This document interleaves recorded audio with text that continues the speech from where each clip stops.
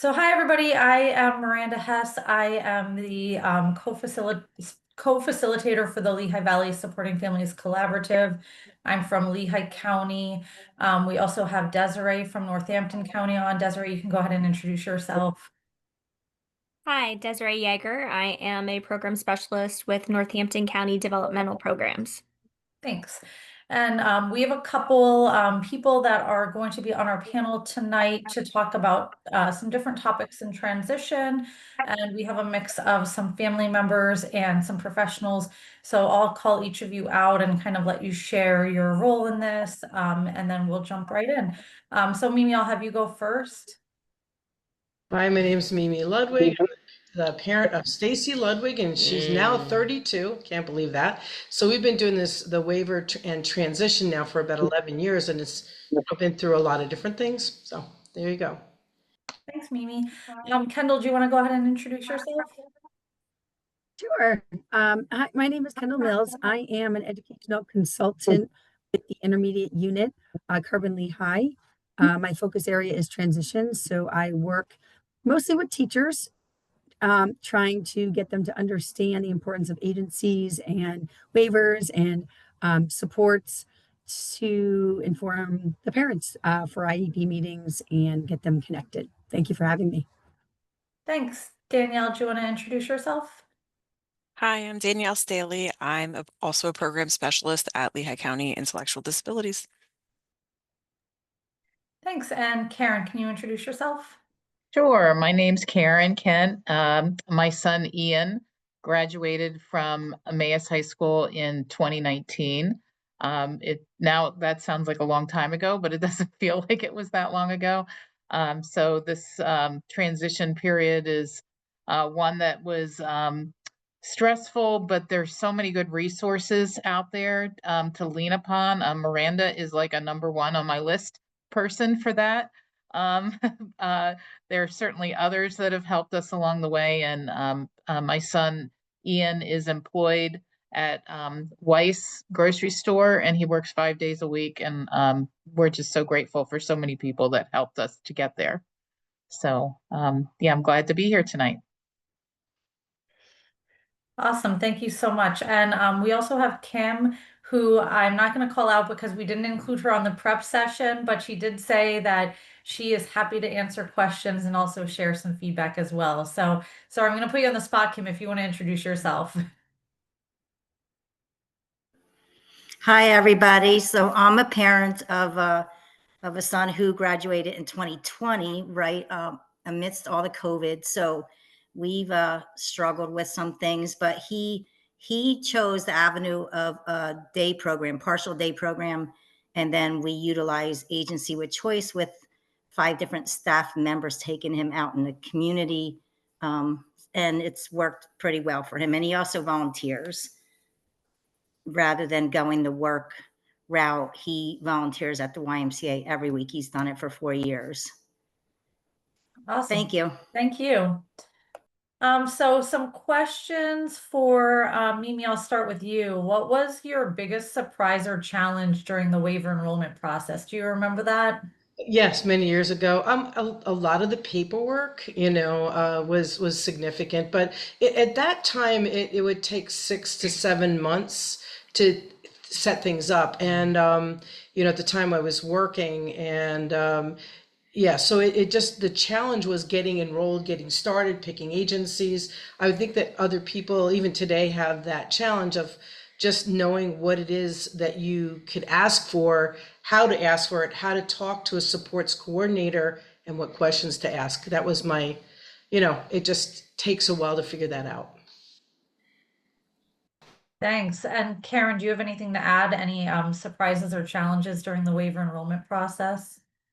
Yes, well, I had a similar experience as Mimi. It probably took about that long for us as well. Our supports coordinator was wonderful because she anticipated everything for Ian. She was coming to his IEP meetings, which was really very valuable to have that transition. She started coming to IEP meetings 2 years before he graduated, helped us in terms of figuring out the end of school and what that should look like. So we had a pretty, I mean, again, lots of steps along the way, a lot of paperwork, a lot of other people that you had to talk to. But I think my advice would be you really, if you're not happy with your supports coordinator, if you don't feel like they're going to help to handhold you through that process, then you've got the wrong supports coordinator. So. Thanks. That was actually a really smooth transition into our first question for Kendall, which is how are supports coordinators helpful in the transition process? So what do you see from the school side with supports coordinators, and how have you seen them being helpful with families and with the school in that process? Yeah, so like I said, I work mainly with teachers, but I reached out to our social workers.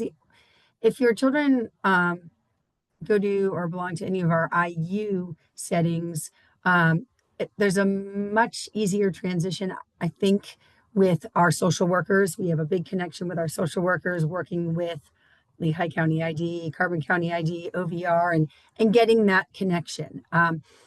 If you are in a district, and I kind of wanted to see, Karen, was your son in Emmaus High School, or was he connected to the IU? Both, Both. Okay. actually. Mhm. I did reach out to a couple of our districts, because not a lot of our districts have a lot of their own classrooms for students who would qualify for waivers. We do have a few, but they do not have the social worker connection that the IU does. So I tried to get answers from them. I didn't hear.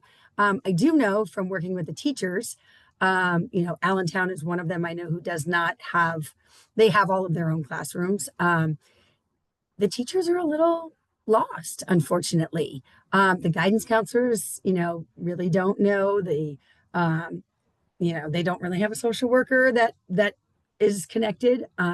So I try to enforce and make sure that I give out, Miranda and Danielle may not like it, but give out emails and phone numbers to the county IDs, to the teachers, to make sure that they are including that in their transition plans, and giving that information out, as often and as, far away from graduation as possible, to get their names on the list. So I see Mimi shaking her head. I don't know. Do you agree with me? Absolutely. Stacy was in IU 21, and so she had actual transition the whole way through. I feel like now, if you're not in an IU classroom, how hard is it to really get true transition training Right. while you're in the last couple of years? I don't know how easy it is. Do you see that, Kendall? For the students or for the teachers? The For the students students? and the teachers. Well, yeah. Transition training, there's work-based learning that is offered, for employment skills through the IU to districts as well. But, parents need to advocate, as well as teachers. And, that's unfortunately a service that the district has to pay the IU for. So, it's got to be the parents who advocate, for those. And there's also Project Search, Project VIP that the IU offers, and we're trying, I mean, the state is trying to advocate to have a transition coordinator role at each district level. That way, that person could kind of be like our IU social worker, making sure that that connection is happening, because it's a big gap. If you don't know, and everyone that always comes on and I meet, you guys are advocates, and you need, but there's so many people who don't know out there, and there's just a gap in service, and young adults are on the couch, and it's doing so much more. So if I can say something, my son was district. It's Penargil School District. So I'm Northampton County and IU 20, and he was Penargil School District until he graduated. And then the last 2 years when you got to stay, he moved to the IU at that point. So Penargil did have him. They have a like a coffee cart thing. So they had him working within the school. They did all their recycling in the school. And then when he transitioned to the IU 20, he went to their office building, which again, they have a house set up. So they went to the house 2 days a week and learned how to cook and make their beds and do laundry and those kind of things. So we were able to get a good mix of stuff and a good feel of where he would be when he actually graduated. So I did have a good experience, but I know a lot of the schools don't have the same offerings. That's wonderful to hear. That's wonderful. And it stinks because before COVID, IU 21 had our own coffee and our own snacks, in the work. I don't know if it was work-based learning or a certain classroom, but they came with job coaches. We looked forward to our, you know, interactions with everyone and, all the skills it takes. And unfortunately, COVID kind of shut that down and it never came back. So, And yeah, and I used my special ed director a lot. So like she was like my social worker kind of person, bounce ideas off of her, can Logan go can he go? They actually are the ones who started him volunteering at the Slate Belt YMCA. So he would leave in the afternoon and go down with his 101 staff and work there and then go back and get the bus to come home. So, we were very fortunate. that's wonderful. Thanks for sharing that. May I jump in? Yes, go Yes, ahead. thank you. Okay. Now I'm from the IU 22. That's our region. I'm not necessarily affiliated, but I'm with the IU 22s in our region, and there's just such a big gap, as far as little bit of education of what this whole transition process is like. It took a long time to know the ins and outs of the IEP as the child was going up. But my son now is in 10th grade. So my question is, what should we be asking in regards to transition, with the great possibility that he will still be there at 22, but at the annual IEP that's coming up in 2 weeks, what should we be talking about as far as what happens after 18 or what happens after 22? Do you want me to take this one? Is that okay, Miranda? Yeah, go ahead. Yeah, sure. Thank you. So you should be having an IEP meeting every year, right? Exactly, yeah. And there's a case manager who should be talking about plans for after graduation, whether that's 18, 21, 22, throughout the year. So starting at 14, this should be a discussion every year. They should be doing some kind of interest inventories with your children, maybe even with you, to see what they're interested in, doing what you see for the future.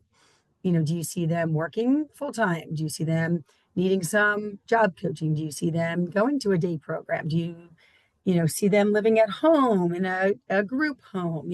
It should be an open conversation at least once a year, beginning at 14, so that throughout that school year, say work is what everyone foresees, skills should be being developed throughout the years and figuring out what your child is good at and maybe what not they're good at, so that we don't Right. go in that direction. And then once you kind of find closer, 18, 19, 20, 21, work-based learning again, if it's work-based learning, you got to be advocating for, asking. We also do work-based learning, but we not only do that, we do I think it's called community exposure. So maybe if you have a child who may not work, they're going to have to go in the community, right? So they take them to different places and make sure they work on different skills, so that they can grasp what to do in those areas, rather than just having it leaning on you. But it should be an open conversation, I hope, started by the case manager of the IEP, because as you get older, like Mimi said, they should be, probably no longer working on reading and math and writing, but like, how can we use that in a functional way? What can we get them to do, or what do you really want them to do as a parent? If they're going to live with you and stay with you, we don't want them just sitting on the couch. They should be a contributing member to your home. Can they do the laundry? Can they set the table? Can they make a bed every day? Can they put the laundry away? So that should be unfortunately started with the case managers, but you can always say, you know, if the conversation has to start with you, like, this is what I foresee happening, or this is what I need. You know, I need to work. So I'm going to need them to, you know, be somewhere. And then supports coordinators can advocate, you know, for waivers depending on the need. But you're part of the team, so you're able to ask and bring up the question. But it ultimately leans on you as the parent in the end, right? They're going to be with you. So you need to advocate for what supports you need, and that's where the supports coordinator also coming to the IEP meetings.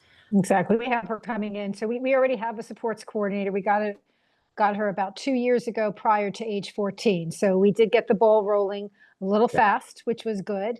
That's okay. We also find that our son loves to work with children and maybe be an aide or a para. And, you know, and how do we get that maybe in a special needs classroom as well? And, you know, can do something like to that end. How old are they right now? 15.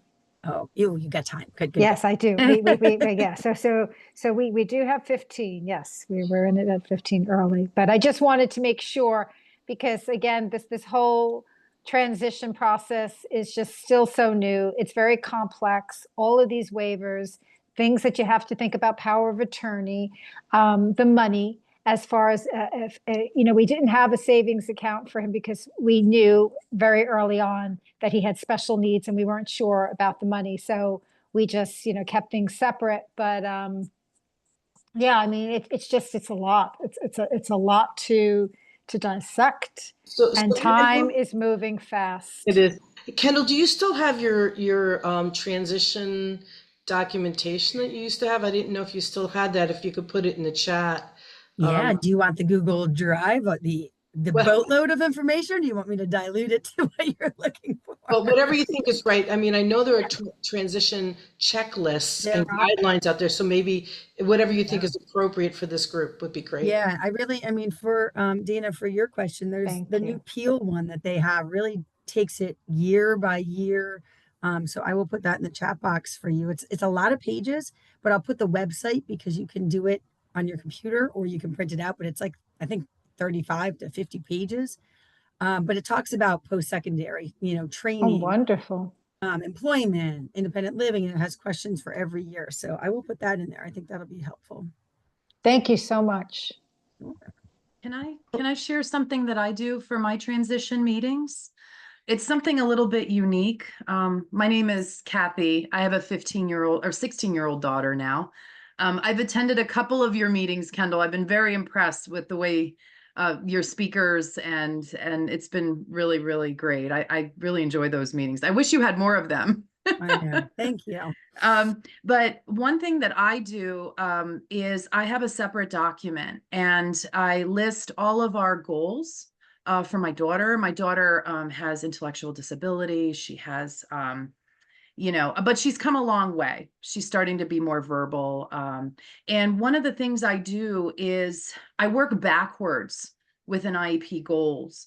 I don't know if this is going to help anybody, but I'll give you an example. I list them in categories, whether it's pragmatic speech, executive function, behavior, because that's a big deal too when you're in the community.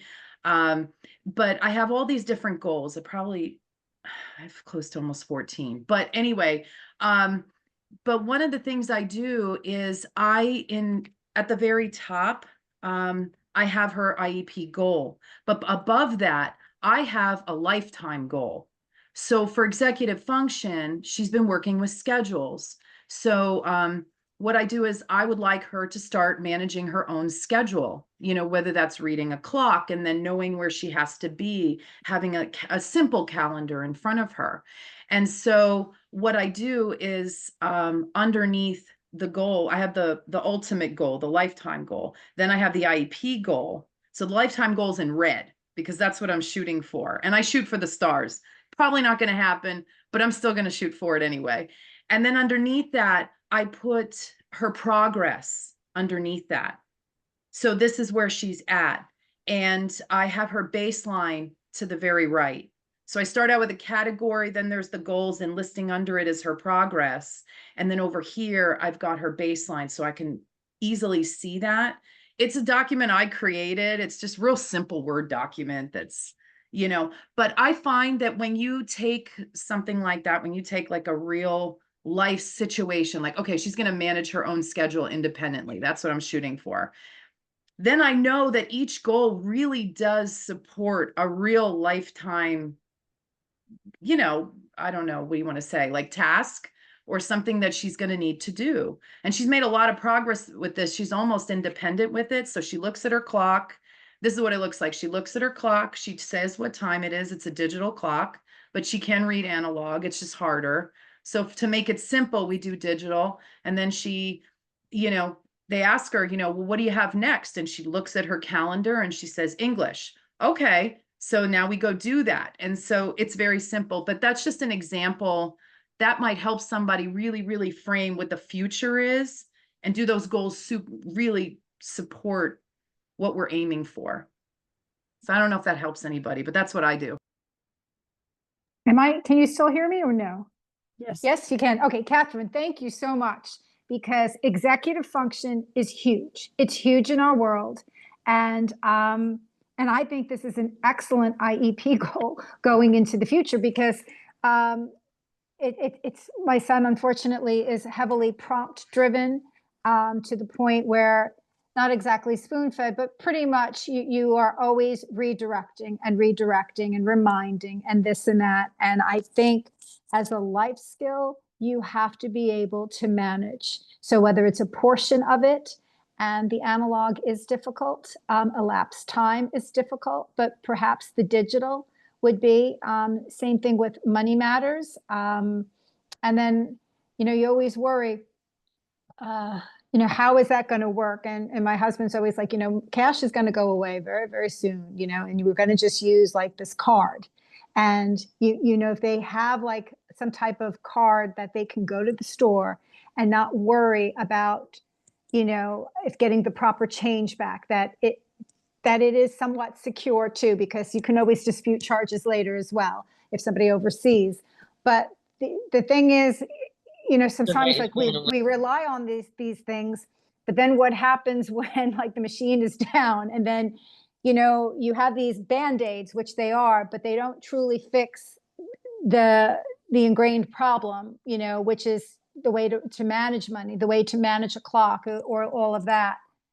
But hopefully those are the fewer situations that happen. They're off. They're not like, I don't know if I'm expressing it correctly, but they wouldn't happen, all the time, let's say. But thank you. So that this was beautiful what you just said, and I appreciate that. Thank you. Thanks. And thanks, Kendall, for sharing those resources. I don't know if everybody saw, she did drop Yes. them in the chat.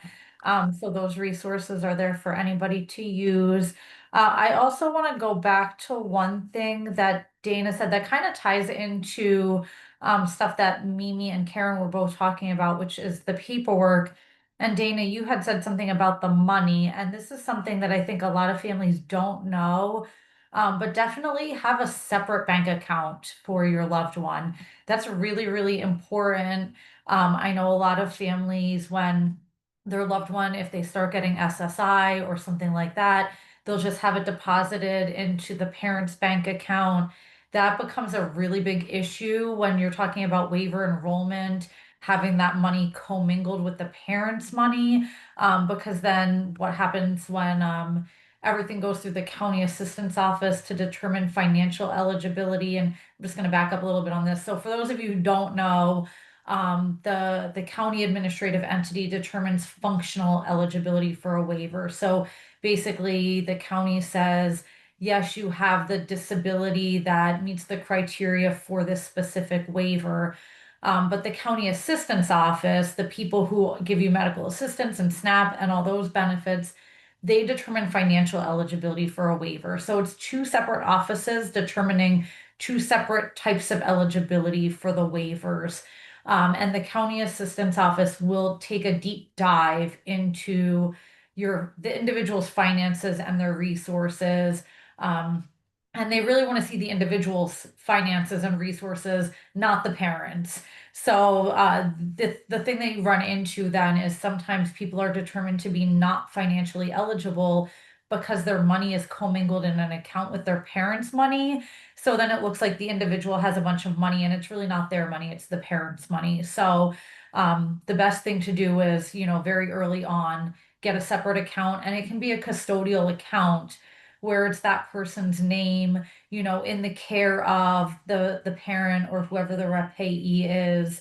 But make sure that you have that separate account because it can get really messy at waiver enrollment time if the individual does not have their own bank account.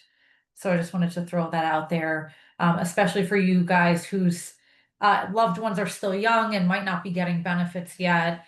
Make sure when they start getting benefits that it goes directly into their own account.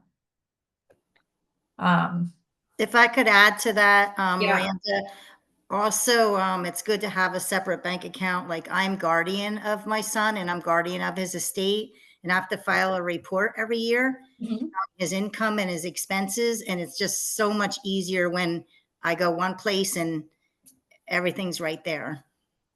Absolutely. Thanks for sharing that. One thing I might add, and it's kind of related to SSI, I recommend, I was told by my Social Security office, I didn't live in the Lehigh Valley at the time, to not do the direct deposit, but to do the debit card, because the debit card really keeps track of what you're spending the money on, and it's been very easy. I have not had to submit reports about what we've spent our money on because it's all in the card. So not every We do the person in same Social thing. Security tells you that, but you should ask for a debit card. That is good to know. I didn't realize that. Thanks for sharing. Sure. I Karen- don't, Oh, go ahead. my son does not have a debit card. He has a bank account. He has direct deposit for his Social Security, and they have never asked me for a report. No. Have you kept track of it though? Have you had to keep track of your expenditures and all Well, of I that? do for guardianship anyway, so, Okay. but the bank account is only his expenses, so they can see everything. If they want it, I could just give Yeah. them the bank account. Yeah. And Kim, this is Marilyn Long. If anyone's ever been to guardianship training, it's a requirement that you have a separate account. It's not just if you want to, it's a requirement. If you have a rep payee account already and your loved one doesn't have any other source of income, then a rep payee account can be used for your guardianship account as well. But if there's other sources of income, it should not be commingled with the rep payee account. That's what I learned through guardianship training. Thanks for all that. You guys have so much info.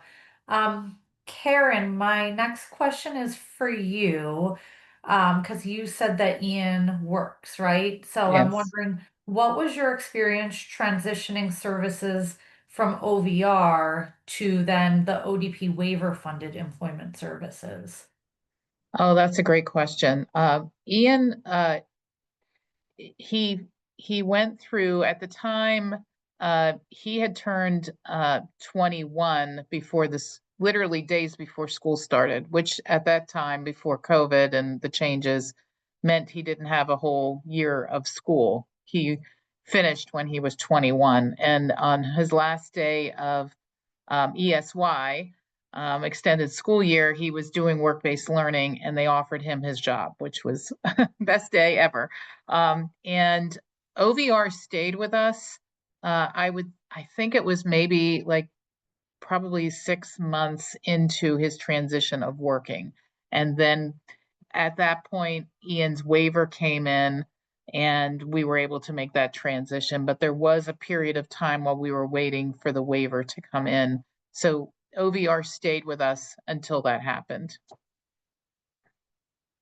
So it sounds like it was a pretty smooth transition, that OVR was flexible in providing that service until the waiver was available to pick it up. Exactly. And This at the one- time, we were working with the SIL because the SIL worked with OVR, and then we just transitioned right into then the waiver paying for his job coaching. So we were lucky that the agency, we could stick with the same job coaches, and that worked out well. So Karen, I wanted to ask, a lot of people get confused, but you need to have an OVR rejection letter, is that correct? To say that they no longer would provide services, or how does that work? Do you? I honestly don't Oh, recall. To okay. be honest. Because what I was told, at least for Stacy, for her to have ongoing supports to the waiver, they would need to have a rejection letter. Is that still true, Miranda? That is, so there needs to be either a denial letter or a closure letter. So it could be that the individual has successfully completed the OVR job coaching period. So OVR is closing their case, we can use that, or a denial from OVR. There are certain times where OVR is on a waiting list. They say they close their order of selection and they move to a waiting list during those times, then those requirements are typically lifted. But in general, yes, you do need to go through OVR. The other thing that's important to know, so this is good for the people who aren't quite there yet. Um, the letter from OVR, there's really specific requirements. Like it can't say OVR is closing your case because you asked us to. It can't say OVR is closing your case because we can't get a hold of you. It can't say OVR is closing your case because you want to use waiver funding instead of OVR services. It has to be OVR is closing your case because you successfully completed 90 days of employment, or that OVR is denying you for supported employment because they don't feel that you're ready. They feel that you need to work on some of those pre-employment skills first, that sort of thing. So, sometimes we'll get these letters that say, OVR is closing your case because you said that you no longer want to work with us, and we cannot use that then for waiver funded job coaching services. The other thing that's important to know is if your loved one wants to do, if they want to go to a sheltered workshop, which we don't really have a lot of sheltered workshops anymore. But if that's something that your loved one wants to do and they are under 26 years old, they have to go through OVR first, before they can choose that type of setting for their services, for waiver services. So that's something that sometimes people don't realize. But if you are coming right out of high school, if you want to go to a workshop, you have to go through OVR first. And if I may,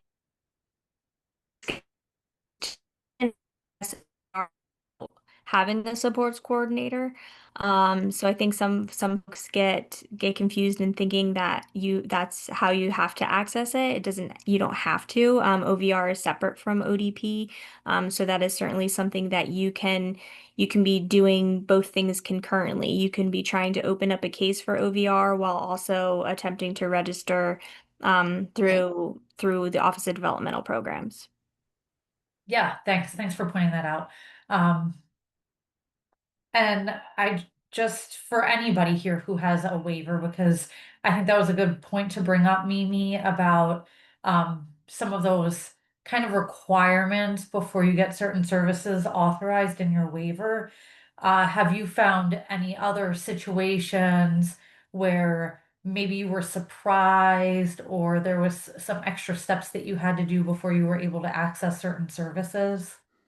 I think just really understanding more about the different types of services and things have changed over the last 11 years. So, for instance, CPS didn't really exist the way I had understood it before. And at the time, this was about 4 years ago, I wanted Stacy to learn pre-vocational skills, but she couldn't go to doing other programs. And maybe you can explain a little bit more about the purpose of CPS, but it was really for them to go out and do pre-vocational skills.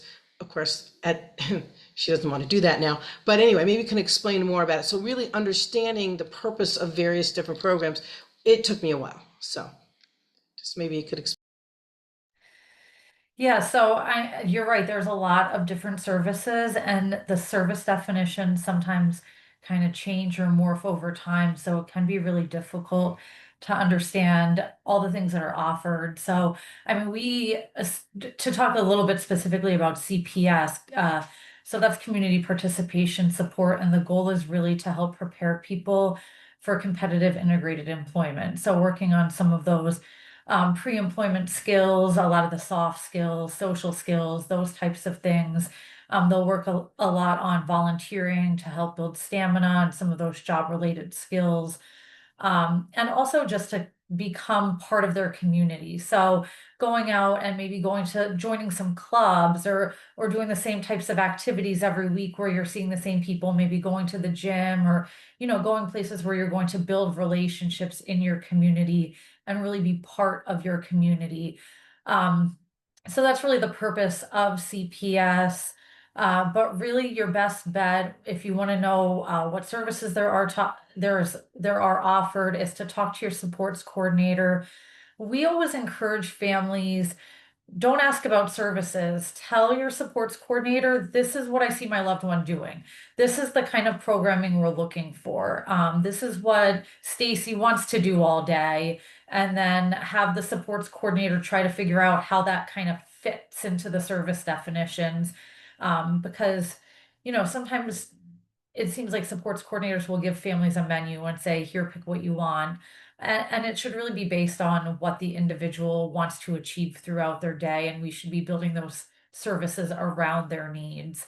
So bringing up that point, and Stacy sitting right back here, is I thought CPS was a really great way for Stacy as she's getting older to learn some more of those pre-vocational skills because she wasn't able to do it when she first started the waiver. And then she told me, Mom, I don't want to go out in the community all day. I want to go out when I want to go out. I want to be home when I want to be home. And it was interesting that my perspective was different than hers. So, so now we do only in-home and community based where people come to the house. She goes out all the time, but she wants to be home when she wants to be home and not out in the community all day long. So it's interesting, again, my view of things, and what I wanted was kind of different from hers. Just want to put that out there. Yeah, for Maybe those of it you, is their transition plan, right? Hey. I was just going to say too, Kendall, I know that you've been through some of the trainings and stuff too, but some of those life course tools I think are really, really great. So if you already have a I wasn't going to bring it up because I didn't know if you were, so I'll put those in. I was Yeah, going to put those in the chat if you box. have a supports coordinator and they've not done life course tools with you and your loved one, it's really, really cool because they have tools for the individual and they also have tools for the family. So sometimes it's really interesting when you guys do the tools separately. Like Mimi, if you do it and then Stacy does it for herself to kind of see, what you want for her versus what she wants for herself. And that kind of, I think, brings us to our next point too. I had asked Danielle to join just to talk a little bit about sometimes what ends up happening is, individuals with disabilities, they might graduate from high school and they're becoming an adult and they're transitioning, but they still live at home a lot of times and they still kind of are under their family's thumb. And how do we make sure that we're respecting their rights as an adult and treating them as an adult, even though, as parents, we always feel like they're our kids, right? No matter how old our kids get, they're always our kids. And sometimes we forget and we still treat them like kids. Um, so I had asked Danielle to come on and just talk a little bit because we sometimes get situations where families, I don't want to say they get in trouble, but they sometimes will inadvertently violate the rights of their adult child that lives with them, or sometimes even that doesn't live with them. So I asked Danielle if she could talk a little bit. She's our incident manager at Lehigh County, so one of our incident managers. So I asked her if she could talk a little bit about kind of what does that mean being an incident manager, and why do we need to worry about rights of our adult children with disabilities? So, I was just trying to think of some things that we come across that are pretty common. One of those is kind of household rules or family rules, when you have a child, a minor child, you might not be allowed to do certain things.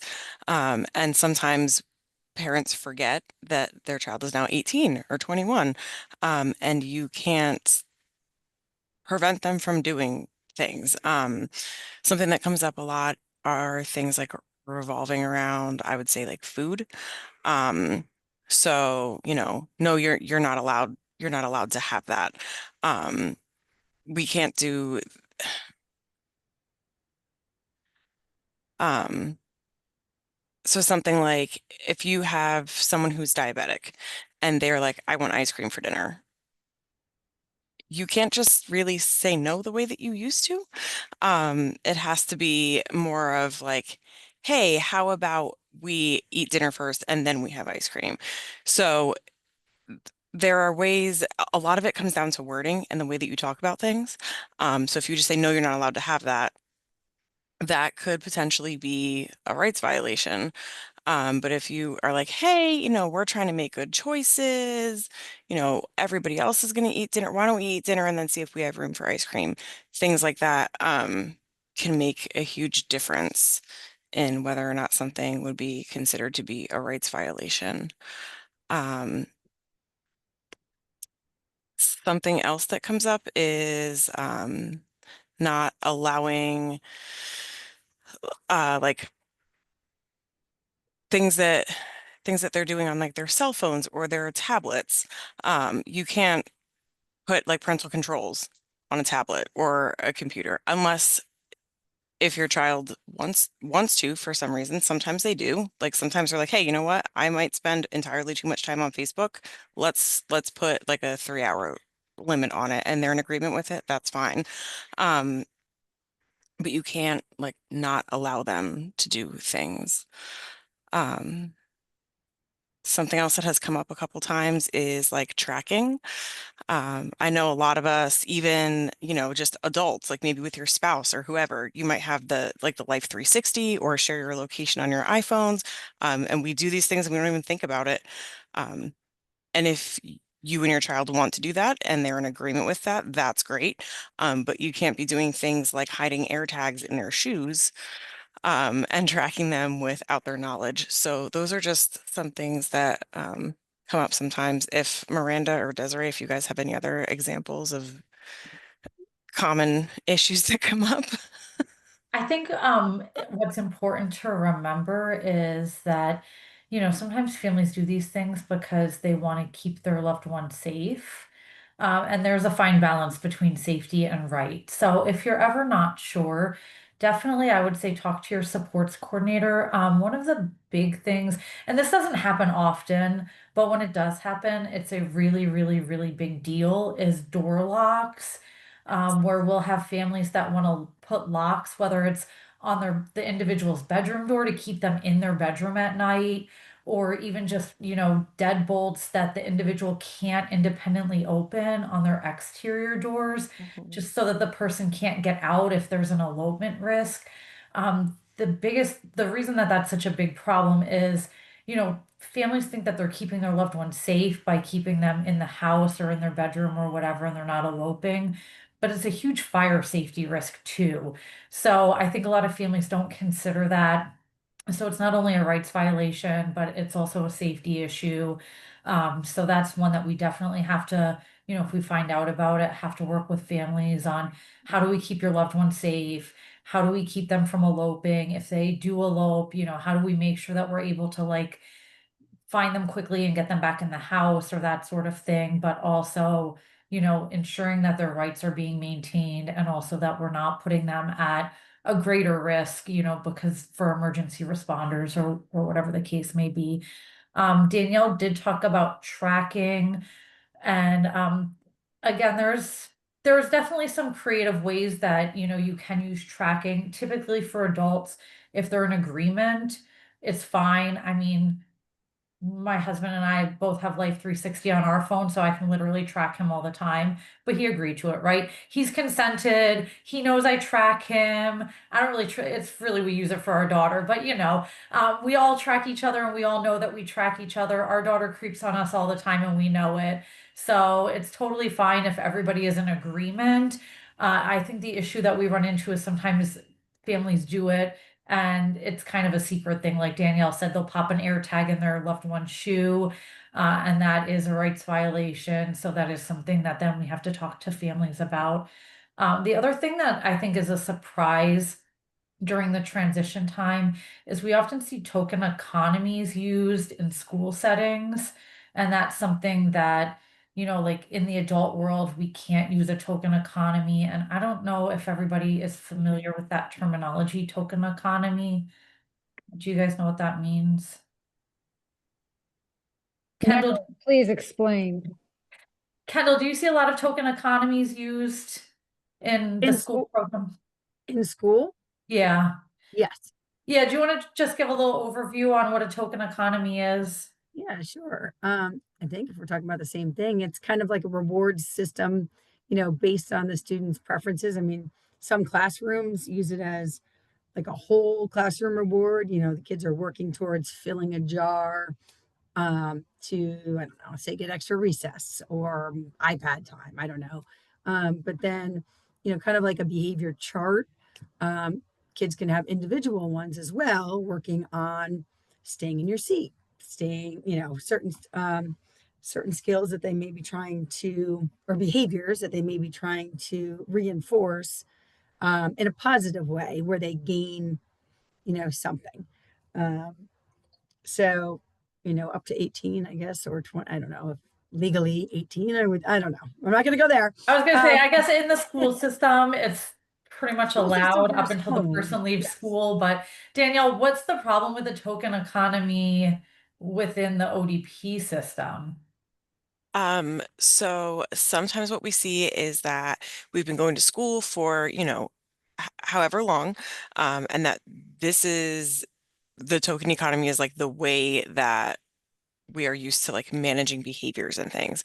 And then we get to maybe a day program, and now that's out the window, because, as an adult, you have the right to make the choices you want. And um, the ODP system is more focused on like natural consequences. So if you're, you know, demonstrating whatever behavior you're supposed to be, then naturally, you know, good things will happen. You'll be getting along better with your peers, or you'll, you know, have a better experience out in the community.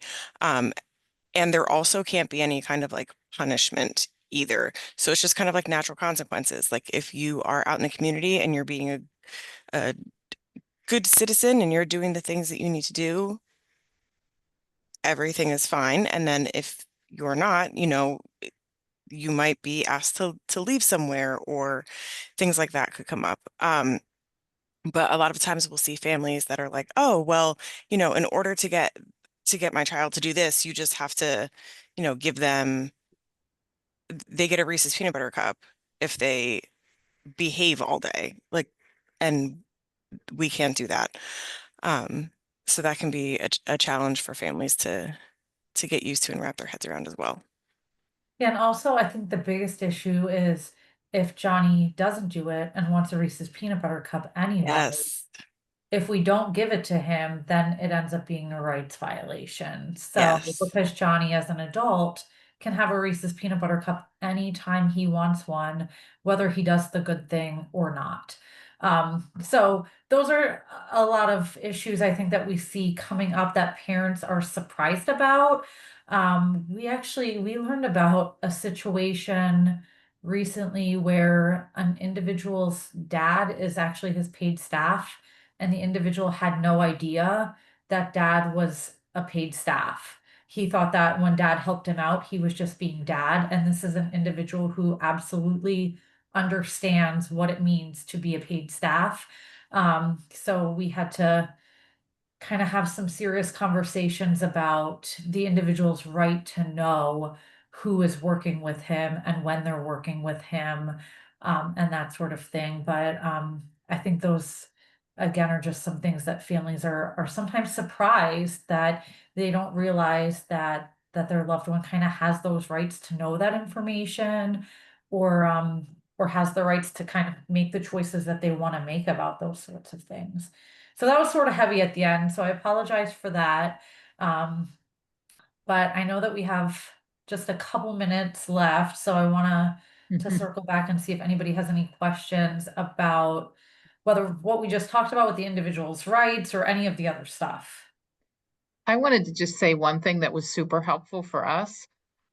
We worked with Keystone Human Services in a grant funded program, which I just looked up and they still have. It's the Vocational Initiative in PA. And they were really very helpful for Ian during his transition. They helped him put his resume together. They did mock interviews with him. They took him for his interviews. When he was volunteering, especially during COVID, he still remains volunteering at the library. They were helping him learn the Dewey Decimal System during COVID with a game, and I think that's a nice resource that not every parent knows about it. And we found out about it through Emmaus High School. They're the ones that mentioned it to us. So I think that's CASFI, Yep. Yeah. KAVSI, something like that. And I think that the grant program is just for Lehigh Valley, but I think they're now taking OVR funding. So Correct. That's all true. Yes. It was just Lehigh County. But yes, they have a contract with OVR. So I think they can, as long as OVR is willing to fund them, they can work with people now in any county. I've heard good things, so thanks, Karen. Mhm. I just want to mention something with Agency with Choice. I really enjoyed that when I actually became her staff, her DSP. And the interesting thing is that she knew very well that I was her paid staff. But the problem is when I was off the clock, I was still I still was treated as her staff. So interestingly, there's just depending on the individual, how all of these things work really depends on what the interpersonal relationship as well as, just what their needs are. I just think Yeah, and it's interesting. thanks for mentioning that, and thanks for bringing up agency with choice. We really didn't talk about different service modalities at all tonight. But agency with choice is a program that it's statewide, so it doesn't matter what county you live in, but different counties have different agency with choice organizations that run it. But it is a way for individuals and or their family to have more control over who works with them. So they have some control over who's hired. They have control over more control over the scheduling, the training, some of those types of things. So if that's something that is appealing to you or that you want to learn more about, we are actually having a presentation in November with our local agency with choice director. So I'm going to drop that information in the chat. So that will be more about participant directed services. So how you can be more in control of your own services or your loved one services. Thanks, Mimi. Great plug.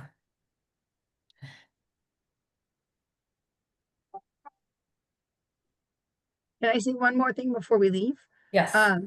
As family members, part of the IEP team, your children should be at the IEP meetings, even if it's for just a little bit of time, talking about their plans and what they hope to see in the future, beginning at 14.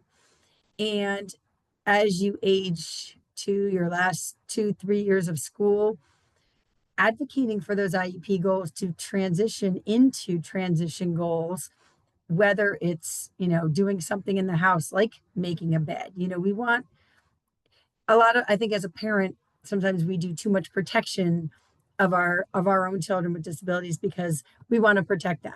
But we have to also give them independent skills because we will not always be around, and we want to make sure that they can be as independent as possible and participants in a household.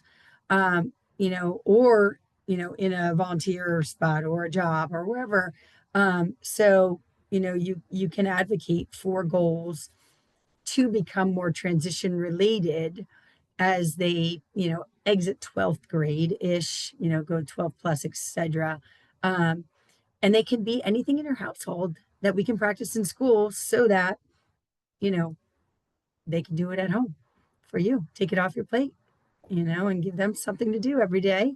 That's important. And I call it contributions in my house. I don't want to do everything. So we should be having everyone do those. And it's something that you can add to the IEP as well. If working is not, or it can be too. But don't have them just sitting in a room watching TV.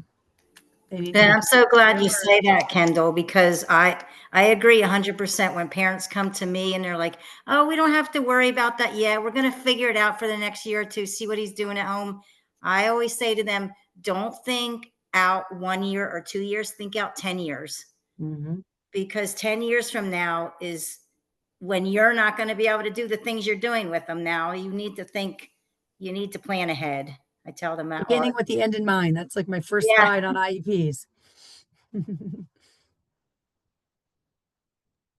I have a question. How does something like that work when they become an adult? And let's say all they want to do is sit around and look at their iPad all day. And, now you can't ask them to do chores because they're an adult. Like how do you help families? So you totally can Mhm. ask them to do chores, Yeah. and I think But that they Home that's don't, chores. and they don't want to Home do chores. anything. Like, what do you do? Because sure. I I feel like I'm mean, gonna face that.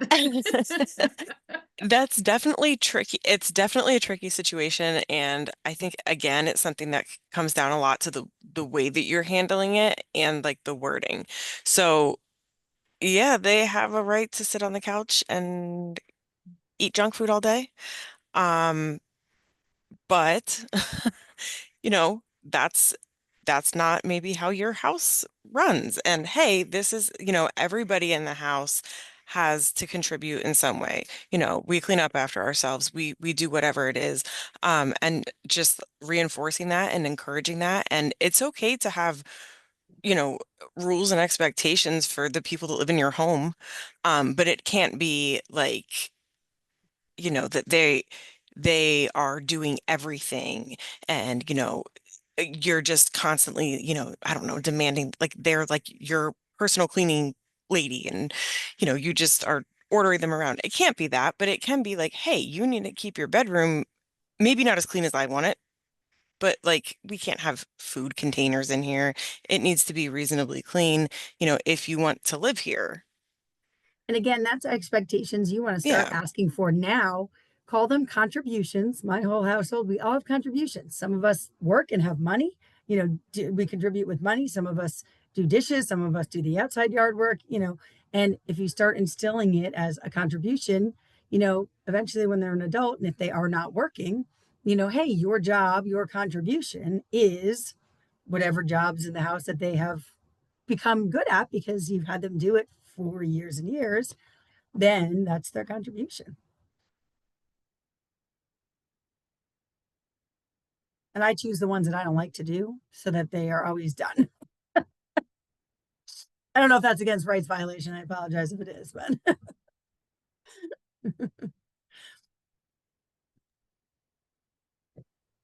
All right, guys. Well, it is 7:32, so we did go a little bit over, so I do apologize for that.